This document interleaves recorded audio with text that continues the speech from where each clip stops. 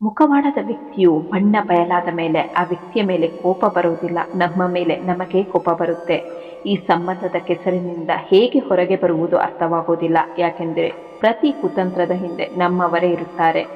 ಜೊತೆಯಾಗಿ ನಡೆಯುವ ವ್ಯಕ್ತಿ ಯಾವಾಗಲೂ ಪರಿಸ್ಥಿತಿಯನ್ನು ನೋಡುವುದಿಲ್ಲ, ಪರಿಸ್ಥಿತಿಯನ್ನು ನೋಡುವ ವ್ಯಕ್ತಿ ಯಾವಾಗಲೂ ಜೊತೆಯನ್ನು ನೀಡುವುದಿಲ್ಲ. ನೋವು ಅಂದರೆ ಮನಸ್ಸಿನ ತುಂಬ ಎಲ್ಲವನ್ನು ಹೇಳಿಬಿಡುವ ತವಕ, ಆದರೆ ಮಾತುಗಳು ಮೌನವಾಗಿ ಬಿಟ್ಟಿರುತ್ತೆ. ಅದನ್ನು ಅರ್ಥ ಮಾಡಿಕೊಳ್ಳುವವರು ಯಾರೂ ಇಲ್ಲದೆ ಇರುವುದು ನೋವು ಎನಿಸಿಕೊಳ್ಳುತ್ತೆ. ಭಾವನೆಯಲ್ಲಿ ತೇಲುತ್ತಾ ಯಾರ ಮುಂದೆಯೂ ನಿಮ್ಮ ದೌರ್ಬಲ್ಯಗಳನ್ನು ಹೇಳಿಕೊಳ್ಳುವುದು ಒಂದು ದೊಡ್ಡ ಮೂರ್ಖತನದ ಕೆಲಸವಾಗುತ್ತೆ. ಪ್ರತಿ ಸಂಬಂಧಕ್ಕೆ ಅದರದೇ ಆದ ಗೌರವವಿರುತ್ತೆ, ಒಂದು ರೇಖೆ ಇರುತ್ತೆ. ಆ ರೇಖೆಯನ್ನು ದಾಟಿದ ಮೇಲೆ ಆ ಸಂಬಂಧದ ಪ್ರಾಮುಖ್ಯತೆಯೇ ಮುಗಿದು ಬಿಡುತ್ತೆ. ಯಾವ ಸಂಬಂಧದಲ್ಲಿ ಹಠ ಮತ್ತು ಅಹಂಕಾರ ಮನೆ ಮಾಡುತ್ತೋ ಇವೆರಡೂ ಗೆಲ್ಲುತ್ತೆ, ಆದರೆ ಆ ಸಂಬಂಧವು ಸೋತು ಬಿಡುತ್ತೆ. ನಾವು ಯಾರೊಂದಿಗೆ ಯಾವಾಗಲೂ ಕೋಪ ಮಾಡಿಕೊಳ್ಳುತ್ತಿರುತ್ತೇವೋ ಅವರೊಂದಿಗೇನೆ ಆಳವಾದ ಸಂಬಂಧವಿರುತ್ತೆ. ಅದನ್ನು ಕಳೆದುಕೊಂಡ ಮೇಲೆಯೇ ಅರ್ಥವಾಗುತ್ತೆ ಆ ಸಂಬಂಧ, ಆ ಸಮಯ ಎಷ್ಟು ಅಮೂಲ್ಯವಾಗಿತ್ತು ಎಂದು. ಒಬ್ಬ ವ್ಯಕ್ತಿಯನ್ನು ಕಳೆದುಕೊಳ್ಳುವ ಭಯದಲ್ಲಿ ಎಷ್ಟೋ ಸಲ ನಾವು ನಮ್ಮ ರೆಸ್ಪೆಕ್ಟನ್ನೇ ಕಳೆದುಕೊಳ್ಳುತ್ತೇವೆ. ಈ ಸಂಬಂಧಗಳ ಜಗತ್ತಿನಲ್ಲಿ ನಾವು ಮೂರ್ಖರಾಗಿ ಬಿಟ್ಟೆವು. ಇಲ್ಲಿ ಎಲ್ಲರೂ ನಮ್ಮೊಂದಿಗೆ ಆಟ ಆಡುತ್ತಿದ್ದರು ಮತ್ತು ನಾವು ಸಂಬಂಧವನ್ನು ನಿಭಾಯಿಸುತ್ತಾ ಬಂದೆವು. ಜೊತೆ ನಿಲ್ಲಲೇಬೇಕೆನ್ನುವವರು ಕಾರಣ ಹುಡುಕುತ್ತಾರೆ, ಆದರೆ ಬಿಟ್ಟು ಹೋಗಬೇಕು ಎಂದುಕೊಳ್ಳುವವರು ನೆಪ ಹುಡುಕುತ್ತಾರೆ.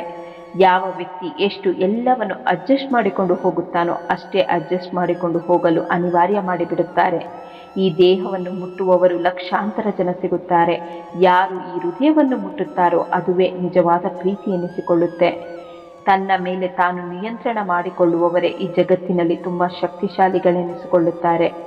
ಜನರು ಆಡುವ ಪ್ರತಿ ಮಾತಿಗೆ ತಲೆ ಆಡಿಸುವ ಸ್ವಭಾವ ನಮ್ಮದಲ್ಲ. ಅದಕ್ಕಾಗಿ ನಾವು ಕೆಲವೊಮ್ಮೆ ವಿಷದ ತರಹ ಕಾಣಿಸುತ್ತೇವೆ. ಬುದ್ಧಿವಂತರಾದವರು ಮಾತು ಮಾತಿಗೆ ಕೋಪ ಮಾಡಿಕೊಳ್ಳುವುದಿಲ್ಲ, ಮಾತು ಮಾತಿಗೆ ಕೋಪ ಮಾಡಿಕೊಳ್ಳುವವರು ಬುದ್ಧಿವಂತರಾಗಿರುವುದಿಲ್ಲ. ನಿಮ್ಮ ಸುಂದರವಾದ ಸಂಬಂಧವನ್ನು ಎಲ್ಲರ ದೃಷ್ಟಿಯಿಂದ ಕಾಯ್ದುಕೊಳ್ಳಿ, ಯಾಕೆಂದರೆ ದೃಷ್ಟಿ ತಾಗುವ ಸಂಭವವಿರುತ್ತೆ. ಯಾರಿಗಾದರೂ ತಾಳಿ ಕಟ್ಟಿ ಅವರನ್ನು ನಿಮ್ಮವರನ್ನಾಗಿಸಿಕೊಳ್ಳಬಹುದು, ಆದರೆ ಅವರ ಹೃದಯದ ಖಾಲಿತನವನ್ನು ತುಂಬಲು ಸಾಧ್ಯವಿಲ್ಲ. ಜೀವನದಲ್ಲಿ ನಿಮ್ಮ ಮಾತಿಗಿಂತ ಮುಂಚೆ ನಿಮ್ಮ ಮೌನವನ್ನು ಗುರುತಿಸುವಂತಹ ಸಂಗಾತಿಯನ್ನು ಆಯ್ಕೆ ಮಾಡಿಕೊಳ್ಳಿ. ಎಷ್ಟು ಬೇಕಾದರೂ ಪ್ರಶಂಸೆಯನ್ನು ಮಾಡಿ, ಆದರೆ ಅಪಮಾನ ಮಾತ್ರ ತುಂಬ ಯೋಚಿಸಿ ಮಾಡಿ. ಅಪಮಾನ ಎಂತಹ ಋಣವೆಂದರೆ ಅವಕಾಶ ಸಿಕ್ಕಾಗ ಬಡ್ಡಿ ಸಮೇತ ಕೊಟ್ಟು ಹೋಗುತ್ತೆ. ಸರಿಯಾದ ದಾರಿ ಮತ್ತು ಸರಿಯಾದ ಸಮಯದ ಜ್ಞಾನವಿಲ್ಲವೆಂದರೆ ಉದಯಿಸುವ ಸೂರ್ಯನು ಮುಳುಗುವ ಸೂರ್ಯನ ಹಾಗೆ ಕಾಣಿಸುತ್ತಾನೆ. ಯಾರನ್ನಾದರೂ ತುಂಬ ಯೋಚನೆ ಮಾಡಿದರೆ ಅವರು ಕನಸಲ್ಲಿ ಬರುತ್ತಾರೆ ಎಂದು ಹೇಳುತ್ತಾರೆ, ಆದರೆ ಹೆಚ್ಚು ಇಷ್ಟಪಟ್ಟವರು ನಮ್ಮ ಜೀವನದಲ್ಲಿ ಅವರು ಯಾಕೆ ಬರುವುದಿಲ್ಲ? ಸಂಬಂಧಗಳು ನೋವನ್ನು ಕೊಡಲು ಶುರು ಮಾಡಿದರೆ ಇಗ್ನೋರ್ ಮಾಡುವುದನ್ನು ಕಲಿಯಿರಿ, ಆಗ ಜೀವನ ಸರಳವಾಗುತ್ತೆ. ತೋರಿಕೆ ಮತ್ತು ಸುಳ್ಳು ಹೇಳಿ ವ್ಯವಹರಿಸುವುದಕ್ಕಿಂತ ಸತ್ಯ ಹೇಳಿ ಶತ್ರುಗಳನ್ನು ಹೆಚ್ಚಿಸಿಕೊಳ್ಳಿ. ಇದರಿಂದ ನಿಮಗೆ ಯಾವತ್ತೂ ವಿಶ್ವಾಸಘಾತವಾಗೋದಿಲ್ಲ. ಜೀವನದಲ್ಲಿ ತುಂಬ ತಪ್ಪುಗಳನ್ನು ಮಾಡಿದ್ದೇವೆ, ಆದರೆ ಜನರನ್ನು ಗುರುತಿಸುವುದರಲ್ಲಿ ಮಾಡಿರುವ ತಪ್ಪು ಮಾತ್ರ ತುಂಬ ನಷ್ಟವನ್ನುಂಟು ಮಾಡಿದೆ. ಹೌದು, ಕೋಪ ಒಳ್ಳೆಯದಲ್ಲ, ಆದರೆ ಎಲ್ಲಿ ತೋರಿಸಬೇಕೋ ಅಲ್ಲಿ ತೋರಿಸಲೇಬೇಕು. ಯಾಕೆಂದರೆ ತಪ್ಪು ಮಾಡುವವರಿಗೆ ನಾವು ತಪ್ಪು ಮಾಡುತ್ತಿದ್ದೇವೆ ಎಂಬುದರ ಅರಿವೇ ಆಗೋದಿಲ್ಲ. ಅಹಂಕಾರಿಗೆ ಯಾವ ಈಶ್ವರನೂ ಇರುವುದಿಲ್ಲ ಮತ್ತು ಈರ್ಷ್ಯೆ ಮಾಡುವ ವ್ಯಕ್ತಿಗೆ ಯಾವ ನೆರೆಹೊರೆಯವರೂ ಇರುವುದಿಲ್ಲ. ಕೋಪಿಷ್ಟ ವ್ಯಕ್ತಿಗೆ ಯಾವ ಮಿತ್ರರೂ ಇರುವುದಿಲ್ಲ. ಒಬ್ಬ ಒಳ್ಳೆಯ ವ್ಯಕ್ತಿಯ ಮೊದಲ ಮತ್ತು ಕೊನೆಯ ಗುರುತು ಏನೆಂದರೆ, ಯಾರಿಂದ ಅವರಿಗೆ ಯಾವುದೇ ರೀತಿಯ ಪ್ರಯೋಜನವಿಲ್ಲದಿದ್ದರೂ ಕೂಡ ಅವರನ್ನು ಗೌರವಿಸುತ್ತಾರೆ. ಒಂದು ನಶೆ ಮತ್ತು ಒಬ್ಬ ಕೆಟ್ಟ ವ್ಯಕ್ತಿಯ ಅಭ್ಯಾಸವಾಗಿ ಬಿಟ್ಟಿತು ಎಂದರೆ ಜೀವನವು ಹಾಳಾಗಿ ಬಿಡುವುದು ಮಾತ್ರ ಸತ್ಯ. ಕೆಲವೊಮ್ಮೆ ಒಬ್ಬ ಕೆಟ್ಟ ವ್ಯಕ್ತಿಯಿಂದಾಗಿ ಇಡೀ ಜಗತ್ತನ್ನೇ ದ್ವೇಷದ ದೃಷ್ಟಿಯಿಂದ ನೋಡಬೇಕಾಗುತ್ತೆ. ಒಂದೊಂದು ಸರಿ ನಮ್ಮ ಮನಸ್ಸನ್ನು ಸಮಾಧಾನಪಡಿಸುವುದು ಒಳ್ಳೆಯದು ಮತ್ತು ನಮ್ಮ ಪ್ರತಿಯೊಂದು ಹಠ ನಮಗೆ ಖುಷಿಯನ್ನೇ ಕೊಡುವುದಿಲ್ಲ. ನಿಮ್ಮನ್ನು ಇಷ್ಟಪಡುವವರು ಮೊದಲಿನ ಹಾಗೆ ಇಷ್ಟಪಡುತ್ತಿಲ್ಲವೆಂದರೆ ಮತ್ತು ಪದೇ ಪದೇ ಇಗ್ನೋರ್ ಮಾಡುತ್ತಿದ್ದರೆ ಏನು ಮಾಡಬೇಕು ಗೊತ್ತಾ? ನೀವು ಕೆಲವು ದಿನಗಳವರೆಗೆ ಕಾಲ್ ಅಥವಾ ಮೆಸೇಜ್ ಮಾಡಬೇಡಿ. ಆಗ ನೋಡಿ ಅವರು ತಮ್ಮ ಕಡೆಯಿಂದ ನಿಮ್ಮನ್ನು ಮಾತನಾಡಿಸಲು ಎಷ್ಟು ಪ್ರಯತ್ನ ಮಾಡುತ್ತಾರೆ ಎಂದು. ಅವರು ನಿಜವಾಗಿಯೂ ನಿಮ್ಮನ್ನು ಪ್ರೀತಿಸುತ್ತಿದ್ದರೆ ನೀವು ಕಾಲ್ ಮಾಡದಿದ್ದಾಗ ಕಾಲ್ ಮಾಡಲು ಪ್ರಯತ್ನಿಸುತ್ತಾರೆ. ಒಂದು ಮಾತು, ಯಾರು ನಿಮ್ಮ ಜೀವನದಿಂದ ಹೋಗಲು ಪ್ರಯತ್ನಿಸುತ್ತಿದ್ದಾರೋ ಅವರನ್ನು ತಡೆಯಬೇಡಿ, ಹೋಗಲು ಬಿಡಿ. ಇಲ್ಲ, ನಾನು ಅದೇ ವ್ಯಕ್ತಿಯನ್ನು ಪ್ರೀತಿಸುತ್ತೇನೆ, ನನ್ನ ಜೀವನದಲ್ಲಿ ಅವರೇ ಇರಬೇಕು ಎಂದುಕೊಳ್ಳುವವರು ಒಂದು ಅರ್ಥ ಮಾಡಿಕೊಳ್ಳಿ, ಒತ್ತಾಯಪೂರ್ವಕವಾಗಿ ಅವರನ್ನು ಪಡೆದರೂ ಕೂಡ ಅವರ ಪ್ರೀತಿಯನ್ನು ಪಡೆಯಲು ಸಾಧ್ಯವೇ ಇಲ್ಲ. ಯಾವ ವ್ಯಕ್ತಿ ನಿಮ್ಮ ಭಾವನೆಗಳಿಗೆ ಗೌರವವೇ ಕೊಡೋದಿಲ್ವೋ ಅವರ ಹಿಂದೆ ಬೀಳೋದು ಪ್ರೀತಿ ಎನಿಸಿಕೊಳ್ಳೋದಿಲ್ಲ, ಮೂರ್ಖತನ ಎನಿಸಿಕೊಳ್ಳುತ್ತೆ. ಯಾರು ಎಷ್ಟು ಹೃದಯದಿಂದ ನೋವನ್ನು ಅನುಭವಿಸುತ್ತಿದ್ದಾರೆ ಎಂಬುದು ಯಾವತ್ತೂ ನಾವು ಅರ್ಥ ಮಾಡಿಕೊಳ್ಳಲು ಸಾಧ್ಯವಿಲ್ಲ. ಅದಕ್ಕಾಗಿ ಯಾರ ಹೃದಯವನ್ನು ನೋಯಿಸಲು ಹೋಗಬೇಡಿ. ಎಲ್ಲರನ್ನು ಒಳ್ಳೆಯವರು ಎಂದುಕೊಳ್ಳುವುದೇ ನಮ್ಮ ಒಂದು ಕೆಟ್ಟ ಚಟ. ಯಾವುದು ನಿಮ್ಮ ಕೈಯಲ್ಲಿ ಇಲ್ಲವೋ ಅದರ ಮೋಹ ಮಾಡಿದರೆ ಜೀವನ ನರಕವಾಗಿ ಬಿಡುತ್ತೆ. ಕೋಪದಲ್ಲಿ ಬಿಟ್ಟು ಹೋದವರು ಮರಳಿ ಬರಬಹುದು, ಆದರೆ ಮೂರ್ಣಕುತ ಬಿಟ್ಟು ಹೋದವರು ಯಾವತ್ತೂ ಮರಳಿ ಬರೋದಿಲ್ಲ. ಯಾವಾಗ ನಿಮ್ಮ ಸಮಯ ಕೆಟ್ಟದಾಗಿರುತ್ತೋ ಜನ ನಿಮ್ಮ ಸಾಮರ್ಥ್ಯವನ್ನೇ ಪ್ರಶ್ನೆ ಮಾಡುತ್ತಾರೆ. ಯಾರೊಂದಿಗಾದರೂ ತುಂಬ ಸಮಯ ಕಳೆಯುತ್ತಿದ್ದರೆ ಅವರ ಅಭ್ಯಾಸವು ನಿಮ್ಮ ಅಭ್ಯಾಸವಾಗಿ ಬಿಡುತ್ತೆ.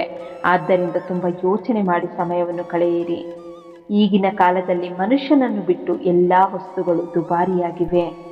ಈಗಿನ ಕಾಲದಲ್ಲಿ ವಿಷವೂ ಕೂಡ ಅಷ್ಟು ವಿಷವಾಗಿರುವುದಿಲ್ಲ. ಜನ ಇನ್ನೊಬ್ಬರಿಗಾಗಿ ಅಷ್ಟು ವಿಷವನ್ನು ತಮ್ಮ ಹೃದಯದಲ್ಲಿ ಇಟ್ಟುಕೊಂಡಿರುತ್ತಾರೆ. ಎಲ್ಲಿಯಾದರೂ ಅಚಾನಕ್ಕಾಗಿ ಪ್ರೀತಿ ಮತ್ತು ಗೌರವ ಸಿಗುತ್ತಿದೆ ಅಂದರೆ ಸ್ವಲ್ಪ ಹುಷಾರಾಗಿರಿ. ಯಶಸ್ಸು ಸಿಗಲಿ ಬಿಡಲಿ, ಆದರೆ ಅದನ್ನು ಕ್ರಮಿಸಿದ ಹಾದಿ ಮಾತ್ರ ತುಂಬ ಕಲಿಸಿಕೊಡುತ್ತೆ.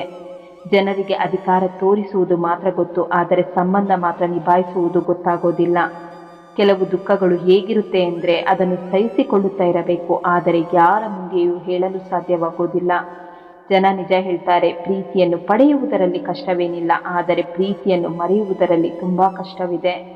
ಜನ ಹೇಳ್ತಾರೆ ಪ್ರೀತಿ ತುಂಬ ಯೋಚನೆ ಮಾಡಿ ಮಾಡಬೇಕು ಎಂದು, ಆದರೆ ಅವರಿಗೇನು ಗೊತ್ತು, ತುಂಬ ಯೋಚನೆ ಮಾಡಿ ಕುತಂತ್ರವನ್ನು ಮಾಡಲಾಗುತ್ತೆ ಹೊರತು ಪ್ರೀತಿಯನ್ನಲ್ಲ.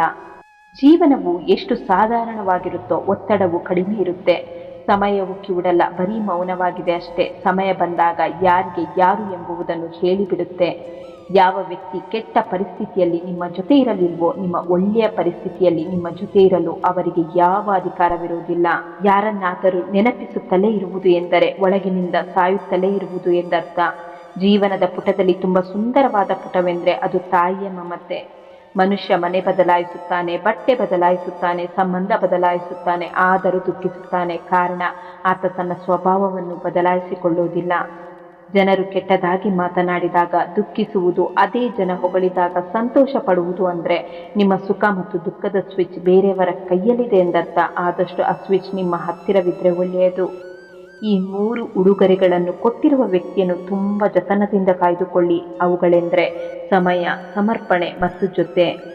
ಜೀವನದಲ್ಲಿ ಏನಾದರೂ ತಪ್ಪಾದರೆ ಕುಗ್ಗಿ ಹೋಗಬೇಡಿ. ಹಾಲು ಒಡೆದ ಮೇಲೆ ಜನ ಹೆದರುತ್ತಾರೆ, ಯಾಕೆಂದರೆ ಅವರಿಗೆ ಪನ್ನೀರ್ ಮಾಡಿ ಬಳಸಬಹುದು ಎಂಬುದು ಗೊತ್ತಿರೋದಿಲ್ಲ. ಬೇರೆಯವರಿಗೆ ಒಳ್ಳೆಯದನ್ನೇ ಬಯಸುವ ಮನುಷ್ಯನಿಗೆ ಹೆಚ್ಚು ಕಷ್ಟಗಳು ಎದುರಾಗುತ್ತೆ, ಯಾಕೆಂದರೆ ಯಾವಾಗಲೂ ಫಲ ಕೊಡುವ ಮರಕ್ಕೆ ಕಲ್ಲಿನ ಏಟನ್ನು ಸಹಿಸಿಕೊಳ್ಳಬೇಕಾಗುತ್ತೆ. ನಿಮ್ಮ ಪೂರ್ತಿ ಸಮಯವನ್ನು ನಿಮ್ಮನ್ನು ನೀವು ಸೂಕ್ತ ವ್ಯಕ್ತಿಯನ್ನಾಗಲು ಮೀಸಲಿಡಿ. ಯಾಕೆಂದರೆ ಈಗಿನ ಕಾಲದಲ್ಲಿ ಸಂಬಂಧಗಳು ವ್ಯಕ್ತಿಯೊಂದಿಗೆ ಇರೋದಿಲ್ಲ, ಸಂಪತ್ತಿನೊಂದಿಗೆ ಬೆಸೆಯುತ್ತೆ. ಜೀವನದ ಪಯಣದಲ್ಲಿ ಇಷ್ಟೇ ಪಾಠ ಕಲಿತಿರೋದು. ಆಶ್ರಯ ಯಾರು ಕೆಲವು ಜನ ಕೊಡುತ್ತಾರೆ, ಆದರೆ ಕಾಲು ಎಳೆಯಲು ಪ್ರತಿಯೊಬ್ಬರು ತಯಾರಾಗಿರುತ್ತಾರೆ. ಪ್ರತಿಯೊಂದು ಹೊಸ ಆರಂಭ ಮನುಷ್ಯನಲ್ಲಿ ಹೆದರಿಕೆ ಹುಟ್ಟಿಸುತ್ತೆ, ಆದರೆ ಒಂದು ನೆನಪಿಡಿ, ಕಷ್ಟಗಳ ನಂತರವೇ ಯಶಸ್ಸು ಕಣ್ಣಿಗೆ ಕಾಣಿಸುತ್ತೆ. ಮನುಷ್ಯ ಬೇರೆಯವರು ಮಾಡಿದ ತಪ್ಪಿನಿಂದ ಕಲಿತುಕೊಳ್ಳಬೇಕು. ಪ್ರತಿ ಸಲ ತಪ್ಪು ಮಾಡಿ ಕಲಿಯಲು ಜೀವನ ಅಷ್ಟೊಂದು ಉಳಿಯೋಲ್ಲ.